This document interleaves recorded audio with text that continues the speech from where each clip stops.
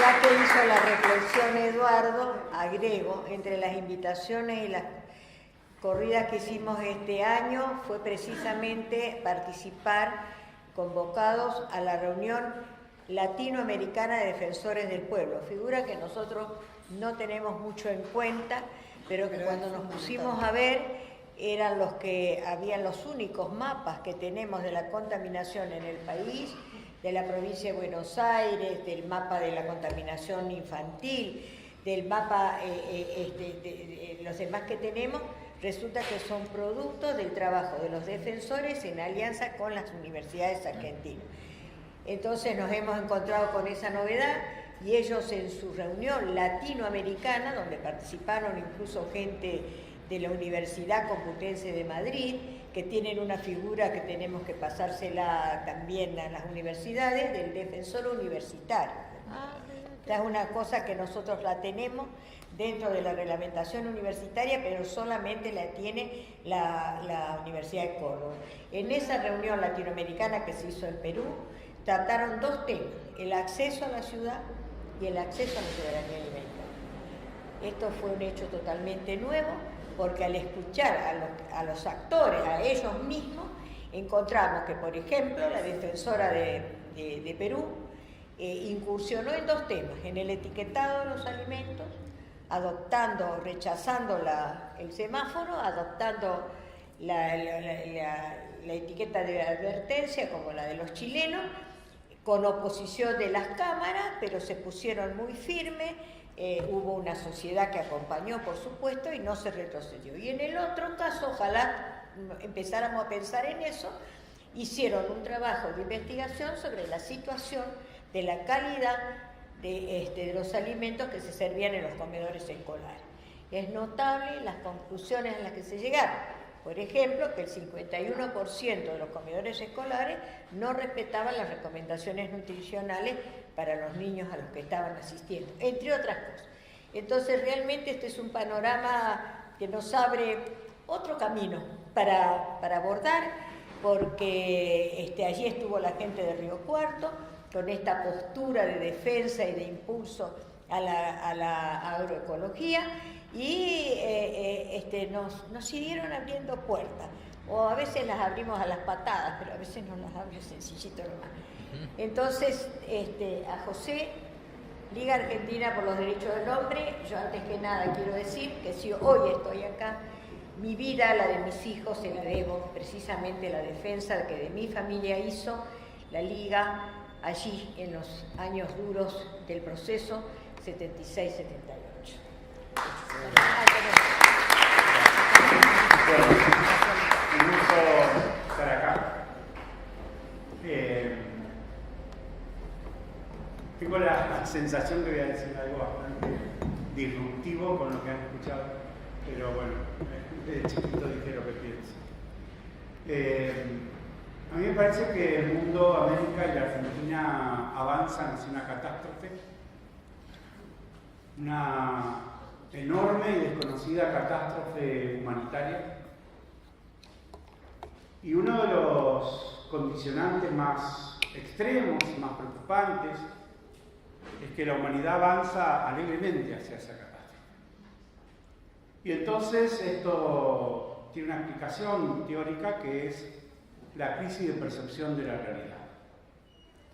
Se puede explicar de muchas maneras, yo voy a ser muy sencillo. Hay un pajarito que caza gusanos y vuela de lo alto, se tira y caza los gusanos, pero no le dice a nadie que apareció el ferrocarril por ahí. Y entonces él está volando, ve un ferrocarril, pero cree ver un gusano, se tira y se hace mirar.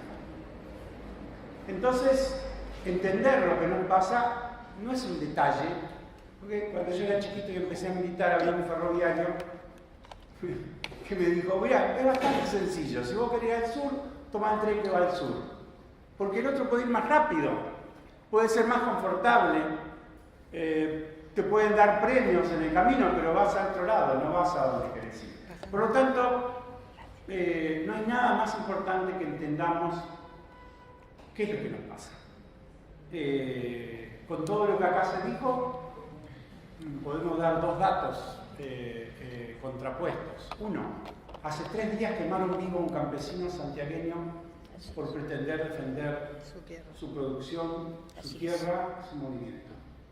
El hecho no produjo ningún impacto en la sociedad argentina. No hubo toma de facultades, no hubo marchas, no hubo huelga general y ni siquiera le preocupó a nadie en el Congreso. Segundo dato es que la BBC, que es una empresa estatal inglesa que por mantenerse con cierta mínima profesionalidad elabora algunos documentos interesantes, elaboró un documento sobre el fenómeno argentino, como se dijo acá, produce 400 millones de alimentos para 400 millones de habitantes, pero los últimos datos de la Universidad Católica dice que hay 13 millones de pobres y habría entre 2 o 3 millones de personas con hambre. Y cualquiera que sale del centro de la ciudad sabrá que la gente pobre come mierda.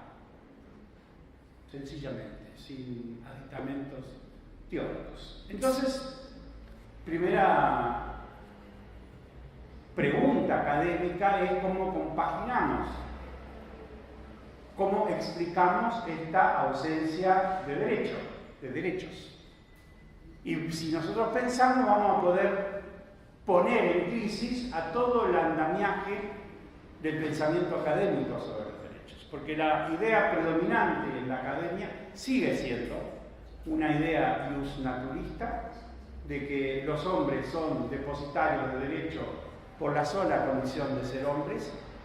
En definitiva, Dios nos creó a todos iguales porque todos somos hijos de Dios y esa idea de igualdad debería prevalecer. Y entonces nos preguntan, ¿es que no somos humanos? Bueno, me parece que más o menos 1504, después de varios años de debate, en que Bartolomé de las Casas fue al Vaticano, a Roma, a plantear que no era cierto de que los indios no eran humanos, se decidió que sí, que eran humanos, aunque bastante falladitos, como ustedes saben, que debían estar bajo el control y la ayuda de un hombre blanco europeo que lo debía educar religiosamente y debía velar por él, y por eso los encomendaderos en la Argentina no solo tenían las tierras, sino los indios, de los cuales tenían que... Bueno, pero ese debate hace rato terminó, se sabe que todos somos humanos, y por lo tanto no debería ser ese el sentido de nuestra ausencia del derecho de la alimentación. Entonces podríamos ir a otra idea predominante en la academia, de la cual abomino, lo digo así con todo respeto, que es la falsa idea de que los derechos están inscritos en las leyes. Porque, como explicó hace un rato Mariana, todo esto es ley. Yo tengo un amigo que lo echaron de la justicia, se llama Carlos Rosanqui, que era el presidente del Tribunal número 1 de La Plata, y Carlos, hace como 12 años que fuimos juntos a Granada, decía: la Argentina es el campeón mundial en firmar pactos y convenios en defensa de los derechos humanos, y también es el campeón mundial en violarlos. En algo son los campeones, acá que perdimos con Brasil, en incumplir somos campeones. ¿Por qué se incumple la ley? Hay todo un tema que podríamos ir. Bueno, me parece a mí que si uno piensa 2 minutos va a poder entender la diferencia que hay entre el derecho subjetivo, el derecho, y los derechos humanos, porque son de distinta naturaleza en nuestro sistema jurídico. Aviso, para los organismos de derechos humanos, entre los cuales se incluye la Liga, 13, abuela de Plaza de Mayo, madre de Plaza de Mayo, niña fundadora, familiares de detenidos y desaparecidos por razones políticas, hijos, la Liga Argentina por los Derechos del Hombre, la Asamblea Permanente por los Derechos Humanos, familiares de la 12, Fundación Buena Memoria, Fundación Memoria Histórica y Social, el Centro de Estudios Legales y Sociales. En la Argentina no solo se están arrasando por los derechos humanos, sino que está en peligro el derecho. Y vamos a explicar que no es lo mismo, aunque casi mucha gente le parezca parecido. El derecho se construyó en un largo periodo histórico para legitimar lo que en la vida ya se había construido, que era la propiedad privada. Todo el derecho existe para defender la propiedad privada y lo construyeron primero los romanos, y el gran logro de la Revolución Francesa en 1789 es que adapta el código romano, forma el código napoleónico, que sigue siendo, al menos formalmente, la base de nuestro derecho. Si ustedes piensan 2 minutos van a ver que ese derecho hoy en Argentina no se respeta, porque la Revolución Portuguesa de 1789 presuponía igualdad ante la ley. Cosa que no existe. Te agarran la causa del cuadernito, van a ver que si uno es amigo del juez se va a la casa y que no es amigo queda preso. Presunción de inocencia. Usted, por ejemplo, hace un rato el juez rechazó un pedido de detención de un Moyano, y Clarín dice que el juez rechazó contra alguien que es culpable. Es decir, Clarín ya decidió que es culpable contra Moyano. Debido proceso, que no lo hay. Bueno, no queda mucho.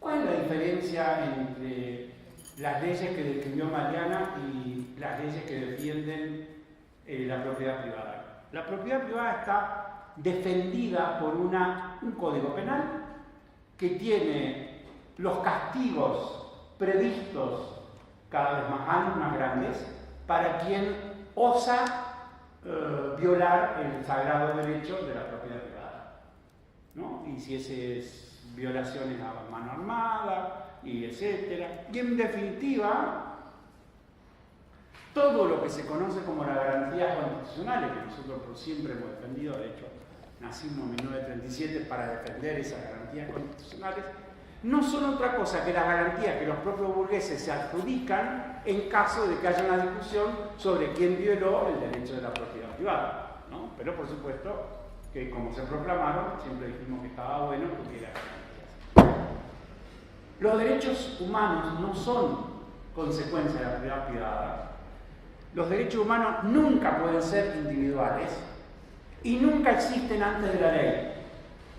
Los derechos humanos son reconocimiento de la ley de necesidades sociales que existen como ilusión, como sueño, como enunciación, y que se van arrancando pedacitos de su conquista, como se dijo acá, por la lucha popular y por la organización. Nosotros hemos conquistado muchos derechos en nuestra historia, pero como aprendimos dolorosamente lo de mi generación y de mi cultura, la historia no va hacia adelante como una locomotora, ni hay ningún cambio ineluctable, que era una palabrita hermosa que se usaba antes, ¿no? Ineluctable quiere decir que si vos tomás el poder, listo, para toda la vida. No, vos tomás el poder, te lo pueden sacar, vos podés lograr un avance y te lo pueden quitar, y vos lográs que se establezca la verdad y después pueden decir que no, que lo que dijiste vos que es verdad ahora es mentira, y que todo está en discusión todo el tiempo. Y como diría Benjamin en sus escritos, Walter Benjamin, un alemán desesperado por el avance del fascismo, que se termina suicidando antes que le agarre la Gestapo en la frontera con Suiza, Benjamin dice de que si perdemos, ni los muertos estarán a salvos, y ellos no dejan de vencer. Así es la frase, que la podríamos usar ahora. Si nosotros perdemos, ni los muertos estarán a salvos, y ellos no están dejando de vencer hasta ahora. Está claro que la soberanía alimentaria es parte de nuestros derechos como sueño, como aspiración, como necesidad humana. Y me parece que analizar por qué no se accede a la alimentación sana, saludable, necesaria, suficiente, es facilísimo de entender, porque no es un derecho sino una mercancía, y que las mercancías no se intercambian, ni se cambian, ni se venden por el sentido práctico que tengan, para lo cual se usen. No se vende una manzana porque genera vitaminas o proporciona fibra, sino porque da ganancia. Y si no da ganancia, como se dijo acá, las manzanas se tirarán al río Negro.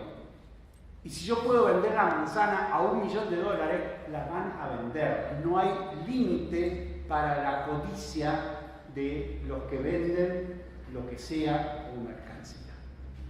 Nosotros estamos entonces en un momento límite de la historia por razones mundiales, americanas y locales. Pero si nos atenemos a las americanas, podríamos decir en 3 minutos contar la historia americana. Nosotros fuimos conquistados por España, por un ejército imperial, militar, asesino, genocida, que hasta cambió el modo de comer de los que vivían acá e impuso otras costumbres. Ese dominio se mantuvo mucho tiempo, hasta que después de la batalla de Trafalgar, los ingleses, Gran Bretaña, se convirtieron en una potencia primero hegemónica en el mar, después comercial, después imperial, y se quedaron con lo que antes era el Imperio Español. Y ese imperio británico, distinto al español, pues ya no éramos colonias sino neocolonias, vuelve a cambiar de manos para fines del siglo XX, cuando los Estados Unidos, en una interminable sucesión de actos militares, se toma el gobierno en Guatemala en 1954, en Paraguay en 1954, se suicida el presidente de Brasil, João Goulart, en 1955, cae el terror en 1955, hacen un golpe de Estado en 1964 en Brasil, 1966 en Argentina, 1971 en Ecuador, 1976, 73, Pinochet pega un salto en los golpes, 76, 74 va a haber en Uruguay, para fines de los 70, América está bajo el dominio militar norteamericano explícito, absoluto y total. Y el sueño de ese momento era la trilateral, el poder trilateral que los Estados Unidos empujaban, y la Argentina, fíjense, 1978, ¿cuál era el valor que tenía Argentina en el mundo? El agropoder, el poder de la alimentación. Ya en 1928 Videla y sus asesores decían que la riqueza de la Argentina era que en algún momento iba a faltar la comida y acá sobraba. Ese poder del imperio se debilitó por haberlo conquistado con dictaduras, se debilitó por haber aplicado un programa brutalmente egoísta que es el neoliberal, y durante la primera década del siglo XXI emergieron otro tipo de gobiernos. Muchas veces los gobiernos hablaron más de lo que hicieron, prometieron más de lo que cumplieron, pero el solo hecho de poner bajo la mirada de la justicia a los militares, el solo hecho de intentar redistribuir una partecita de la enorme riqueza generada, aunque parezca mentira, provocó un odio irracional. Un odio irracional. Yo estudié presenciando, tuve 20 días en Guatemala, porque nunca pude entender por qué mataron en Guatemala 290.000 guatemaltecos, 3 de cada 4 de ellos mayas. No tenía sentido ni siquiera con la lógica de nuestro terrorismo de Estado. Acá no mataron 5 millones, mataron 30.000, que tenía que ver con la militancia. En Guatemala hay una desproporción que se explica por la paranoia de los yanquis en 1954, que están en medio de la Guerra Fría, y por un racismo difícil de percibir a la distancia, ¿no? Que ni siquiera del blanco contra el indio, sino, como es en el guatemalteco, del latino, que es el mestizo contra el maya. Ahora también hay un odio irracional, porque como se dijo acá, la burguesía argentina podría ser mucho más agradecida con Cristina. Como dijo ella, nunca antes ganaron tanta plata los bancos. El modelo sojero explotó bajo el gobierno del kirchnerismo. Las mineras no tuvieron prácticamente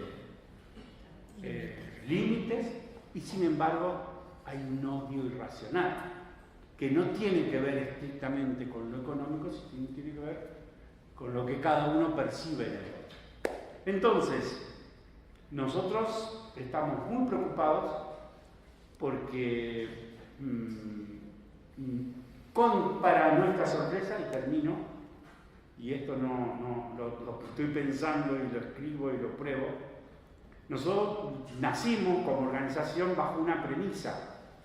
La premisa era de que si el fascismo avanzaba, las capas medias liberales en la Argentina, al menos en la ciudad de Buenos Aires, serían aliadas de los violados en sus derechos. Eso fue el sentido de la Liga. La Liga tuvo como secretario general a Arturo Frondizi, presidente de la Argentina. No sé, podría nombrar centenares de liberales que pasaron por la Liga. Hoy, para nuestra, yo no diría sorpresa, pero yo no lo esperaba, el fascismo fascistiza. Los machistas machistizan, como carajo se dice. O sea, uno pensaba que estos actos brutales generaban anticuerpos y lo que generan es quiebre de conciencias, de voluntades, de modo tal que cuanto más fascista, más apoyo, cuanto más brutal, más explícito, que Bullrich no tiene ningún empacho en decir hace 5 días que Rafael Nahuel, un niño de 14 años, asesinado por un tiro en el culo cuando escapa desesperado de la prefectura en una montaña de Bariloche donde fue a buscar su identidad mapuche, participaba en un enfrentamiento armado. Lo dice en la reunión del Senado sin que se le caiga nada y sin que a nadie, no a nadie, a nosotros nos preocupa, y lo que yo creo que ellos entendieron, fin de verdad. Miren, una vez le preguntaron a unos niños en Montero, un pueblito tucumano, unos niños linderos, muy pobres que vivirían ahí. Un maestro de arte le preguntó ¿cuál sería el crimen perfecto? Y los pibes le dijeron, uno tan grande que nadie pueda creer que se hace. Y eso sí. El tema es que el crimen es tan grande que uno tiene que asumir que Macri es un asesino. Uno tiene que asumir que Carrió es una asesina.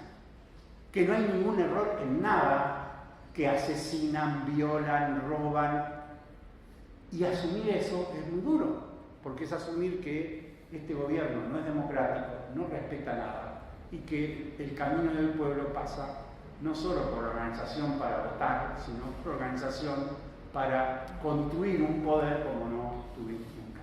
Eso es el límite, eso en algún momento será una gran potencialidad para el pueblo argentino, pero por el momento es tan brutal asumir la verdad que a mucha gente se le hace imposible, porque posiblemente también se tengan que enfrentar con su propio espejo, mirarse en su miseria, en su horrible egoísmo, en su individualismo atroz. El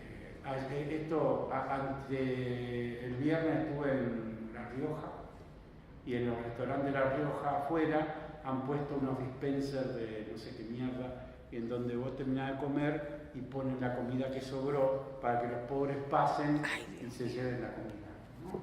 Esa es la solidaridad. Lo del Banco que Alimentos. proclama. Gracias.